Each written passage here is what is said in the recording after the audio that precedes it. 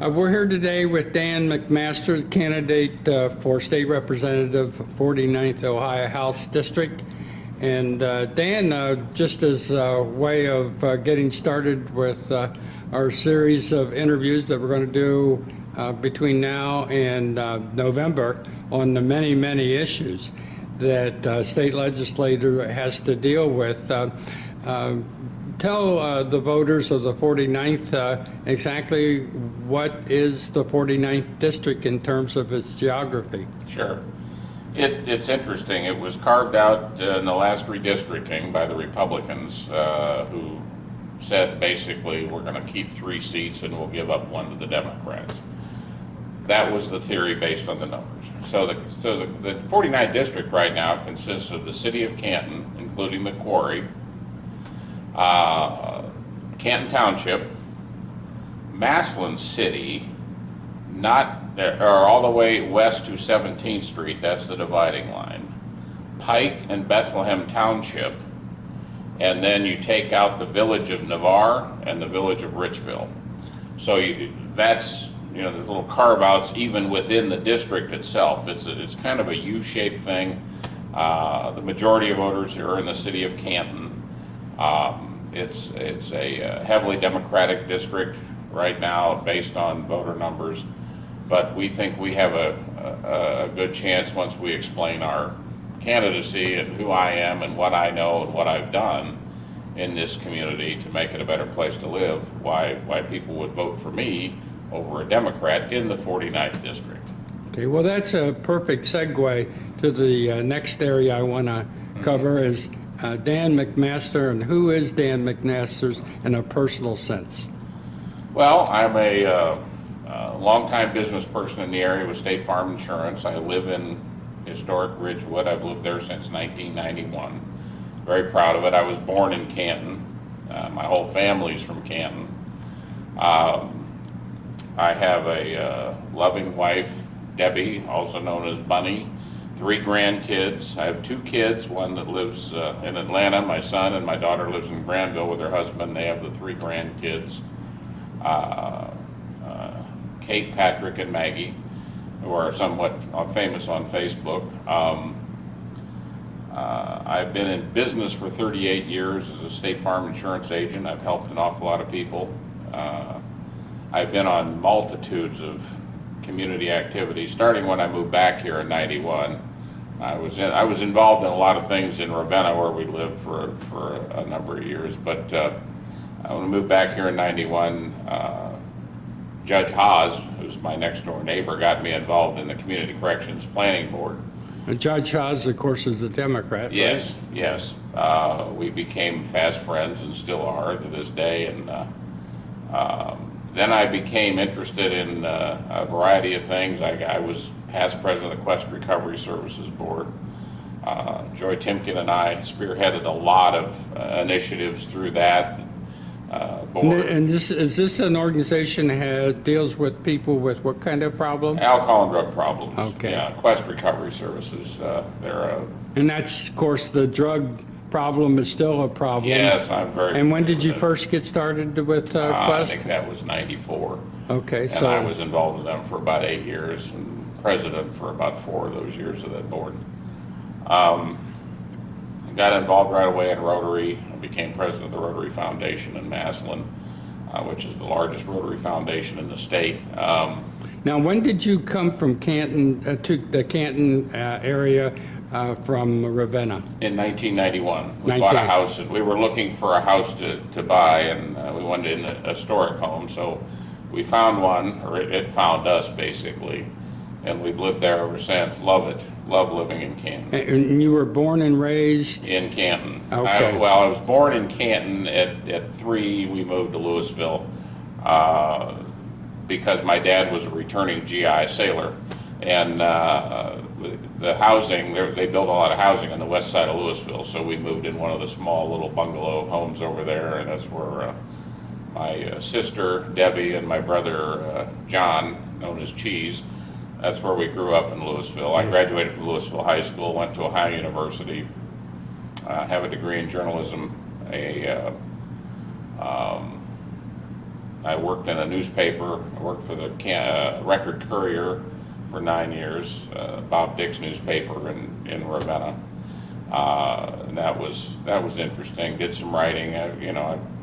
I miss journalism. You always have ink in your veins when you work in a newspaper, but that was a good job. But State Farm came to me when I was in Ravenna and said, "How would you like to open an agency in Ravenna?" In 1978, I did that. Became an agent where there was no agent, and developed a good-sized business there. Went into management with State Farm, and won all their awards and did all the things like that. And in 1991, though, I had a chance to get out of management, become an agent again, and move back to Stark County, which is my home. And so we moved back to Canton. The agency I took over was in Massillon. So I've been very involved in the Massillon community since 1991 as well. And so I know both communities well. I think one of the proudest things I've done since I've been back was I remember Jane Vigneault called me when she was a commissioner and said, "Will you help us put together the Mental Health and the Alcohol and Drug Board?" They knew of my experience with Quest and some things I'd done, and I said, "Sure." It was a big undertaking. That was a major deal, and I recruited some people, including Mike Hankey, to come and help me do that. And Mike Hankey, of course, is he couldn't stay long on the board. Former editor at the repository, and also the chief county administrator for Stark County for a number of years. For a long time, and so he and I and Julie Gonzalez, several others put that thing together, and Julie is Randy's wife, former Stark County Democratic Party chairman. Mm-hmm. Oh yeah. It was a good group of people we put together to make that board happen. It was a very difficult thing to do, but we made that happen. In the meantime, in your history, what I want to draw out, you've been involved with both Democrats and Republicans in your civic engagements. Probably more Democrats than Republicans, if the truth were known. The Corrections Planning Board, because of the nature of who's on it, are probably 80% Democrats, and I have a lot of respect for those folks, and I think they have respect for me on that committee, because we've done good work on that group. We planned the new jail, did a lot of initiatives there to make that whole process run smoother. Started out when Bruce Umpleby was sheriff, and got to know Mike McDonald really well. Tragically, he wasn't around long, and then George Meyer come on the scene, and I'd known George for a long time, being from Massillon, and he's a good sheriff. So I like all those people. They're doing a good job. I think we're just blessed with good officials, as well as the Republicans too. I work well with Alan Harold and Alex Zumbar and those folks, and certainly the commissioners. Janet Creighton's a dear friend, longtime friend, and Richard Regula is president of our Rotary Club in Massillon, good friend. So we're getting along, both sides of the aisle. That's.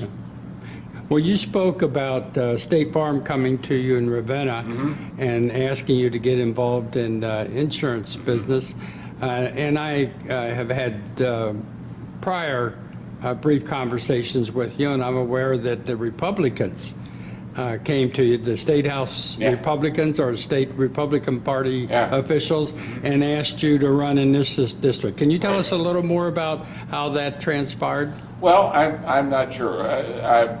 I'm told that maybe some of the regulars had something to do with it, and maybe Mike Canam might have recommended them and my name. And Mike Canam is K Carpet. He's also on my kitchen cabinet now. I see. Okay.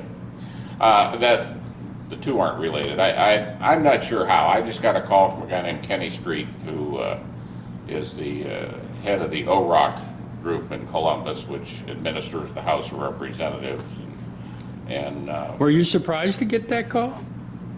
Oh, I was a little surprised. I'm not shocked. I think they thought, they were probably calling a couple people to see if they could get somebody to do this. As you know, it's a very tall hill to climb, but No, I wasn't surprised. I guess in the end, I'm not surprised. I've done enough things. I'm fully capable of doing it. That's for sure. Well, when you got the call, was it why? I'm glad you called. I'm eager to go, or did they have to convince you that you ought to make this run? No, not in the least. I said sure, and thinking, well, it's a presidential election year. It might be fun. I've done a lot of things. I won't say I've lived my life, but I've done a lot of interesting things. This is just another interesting thing. I'm vitally interested in politics, always have been. I'm a very political person, as anybody who knows me will attest to that. And you know what? You can talk about a lot of things, but until you throw your hat in the ring, as I think Teddy Roosevelt said, why you have no right to really complain about it. So I threw my hat in the ring. We're gonna give it a try. Well, political, but in what sense? You're, of course, a Republican, but Yes. you work across the aisle locally. Yeah. You were a key factor, I recall, co-chairing with Billy Scheer, Sales tax. iron worker, not the son, Billy, but the father. Right. And he's a staunch Democrat, I can tell you that. Oh yeah. I'm And sure the nicest so man I've when you ever met. when you say political, how much of being political is devotion to the Republican Party? Oh, it's something to the Republican Party. I'm devoted to the United States of America and the state of Ohio and Stark County. I want to see my grandkids grow up in as good of a situation as I had growing up under Eisenhower. I want to see the prosperity return to this country. I'm not sure this. I'm political to the sense that I'm very sensitive to some of the things that are going on in this country. I don't like, as a lot of people don't like. It's not the country I grew up in. When the biggest issue on the front page is should men and women use the same bathroom, I really question. We have so many other problems to worry about. That shouldn't be one of them. But Pretty low on your priority list? that would not. I'm not certainly not against that community. I have a lot of friends who are gay. I have no problem with it. I don't personally pass judgment on people, but I just think the things that people spend their time worrying about. You got three big things over here and a whole bunch of crap over here. We'll worry about the big things. If you take care of the big things, the little things will take care of themselves. Now, when you and Billy Scheer agreed to co-chair the sales tax issue, Stark County was in dire financial condition. Oh my gosh. You have no And idea. of course, we'd been through a trying time with the treasurer's office. Yeah. As you started, and of course now we can look back and say, oh, gee, what a tremendous success that was. But what were you thinking when you took that on? Were you thinking uphill climb with that? Well, I could, I knew the ins and outs of that issue very well, being on the Corrections Planning Board. A lot of it resolved around the jail. A lot of those issues, if you can't run a jail, you've got a very unsafe community. I remember having an interview and with you saying you might as well close Walmart because the shoplifting's just going to go on. If you can't arrest them, they'll just carry the store off. And that's what was happening. I knew that if we, the group, and certainly I had a very little to do with it, but the group that got that sales tax passed worked very hard going out to groups, telling people, person by person by person, you better do this. You better do this, and here's why. It wasn't a threat. It was just a fact.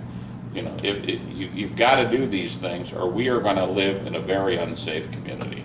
And it was not a Republican and Democrat thing. Oh no, I think in the very very beginning they needed a Republican on the committee, and I checked all the boxes to know what the issues were because of the different things, and they knew that. So they said, will you help us? I said, sure. I didn't know Billy Scheer at the time. And I was, I kidded him a lot. You needed a token Republican on there. But it became a lot more than that. I went out and gave speeches, to some of the conservative groups, some of the Tea Party groups. That it was very interesting, getting a different point of view than I was even used to. So, but we all worked together, and most of that group, they were Democrats because they were office holders and the judges and all that worked tirelessly, but we worked well together. Now, your opponent is Thomas West, who's a second ward councilman. Yes. For the city of Canton. Been there better than a decade, I think, probably 12 years now. I guess. Has to think that he knows city of Canton issues, urban issues, and of course, as you mentioned earlier on, Massillon's part of your district. Yes. And they, of course, in Massillon have a lot of financial issues, just about to come out of fiscal emergency. And I, of course, cover Canton City Council a lot, Right. and I remember a number of sessions where Council President Alan Schulman, I'm sure you know Alan, We're dear friends. was just livid with what the disinterest that the Ohio legislature has with the plight of urban areas. So my question is, the time you've lived in Canton, are you convinced that you know what Council President Schulman's talking about, and that he has your ear if you go to Columbus, or are you going to have difficulty from the standpoint that the Republican, probably a super-majority, both the Senate and the House, hasn't really shown much interest in urban areas in Ohio? So where's Dan McMaster's going to fit into that scenario? Well, here's the thing, and it gets back, this is, maybe I'm naive on this, but when they did the redistricting, look what they did. They did it in every urban area. So they said, okay, we'll put a Democrat here and here and here and here around Youngstown and Canton and whatever other different cities. And we'll save all the Republican and the prosperous areas, we'll put those in guaranteed Republican areas. So what, in my mind, what goes on in Columbus now, you have supermajorities, and it's become, we live in a political society, so if you're going to send somebody from Canton to Columbus to maybe get money back here, who better to do it than a Republican? I mean, that's just political savvy, if you will. I have all the respect in the world for the current representative, Steve Slesnick, but if he were sitting here, he'd probably tell you it's very difficult to get any legislation, any traction, your name on anything other than a co-sponsor on a bill if you're of the opposing party. That's just politics 101. It's not complicated. Nobody wants to give anybody else credit for doing something. And this certainly isn't a slam on the Republicans. They're doing a good job. They're changing the tax structure in Ohio. They're changing a lot of things, but there's still a lot of work to be done.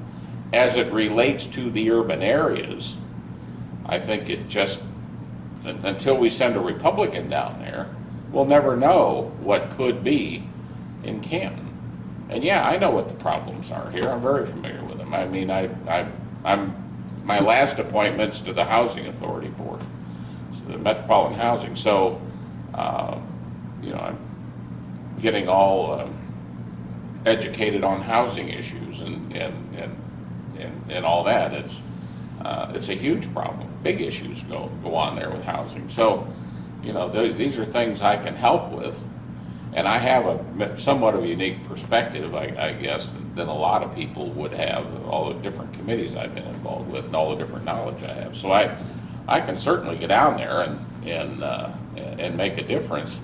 But as a Republican, I'd be part of the majority on the committees. If you really know in Washington or Columbus or even in Canton how the sausage gets made, realistically, I mean, you think you can get down and do this and that and the other thing, but if you're not part of the majority, you're probably not going to get a lot of traction. That's just the way it is. You know, and anybody who's spent any time in Columbus, as I have, I've run a large PAC for a number of years, taken a lot of checks down there and that can be a subject of another interview about how Right. PACs work and lobbying. Okay, and all that. But we'll do that, right. I've been part of that system. Okay. And I'm not apologizing for it. It's just a system. It's a system you have to live with. It's how things work. But I know how the sausage gets made, and I know that if you're a knowledgeable, vocal member of a majority party, you're going to be a lot more successful than if you're a knowledgeable, vocal member of a minority party. It's just, it's common sense. So you see yourself as being a spokesman, a rarity maybe in the Republican Party for urban area difficulties? I don't know a rarity, but I know that if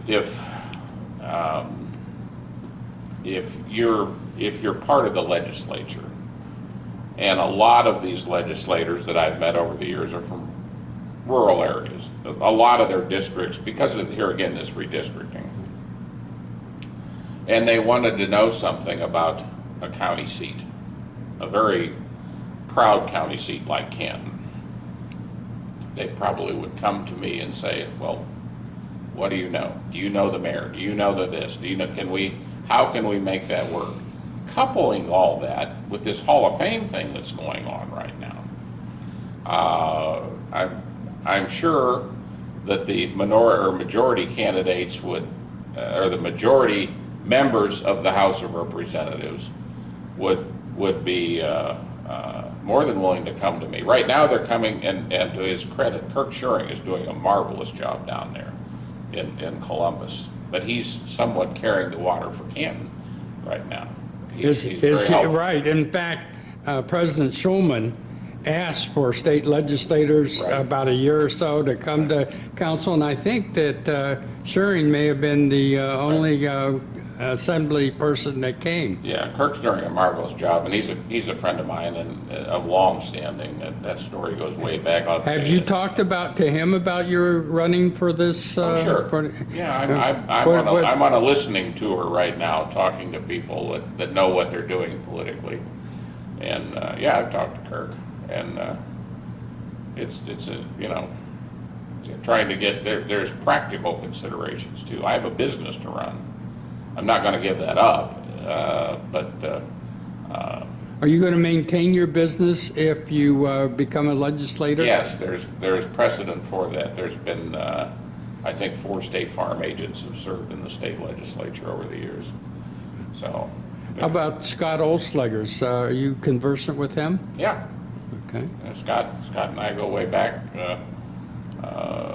on different things. Sometimes we don't see eye to eye on some issues, and if he were sitting here, he would tell you that on some business issues. But that's what I like about politics. If everybody thought the same way, it wouldn't be any fun. So we don't, But Scott right now has got he's been there long enough, as Kirk has. Is he still power. chairman of the Senate Finance Committee? Yeah. They have real power. I mean, they're bringing home the bacon to Stark County. Right. This is what I want to do, is bring home the bacon, or help bring it home to Canton and Maslin. I don't want to forget Maslin, for God's sakes. I have a lot of good friends over there, and they need help too. They need a lot of help too. They're just not. Maslin's kind of the forgotten entity. Now, whether I'll get support out of that group over there, here again, it's heavily Democratic, but I'm gonna make my case to Mayor Cathy and the council over there to say, you know what, you really ought to take a look at what we're doing here and who we're sending to Columbus, so it has some meaning. Are you acquainted with Nancy Holder, former councilwoman over? I know Nancy and Ed Lewis, the whole bunch. Yeah, we're friends. Yeah. So.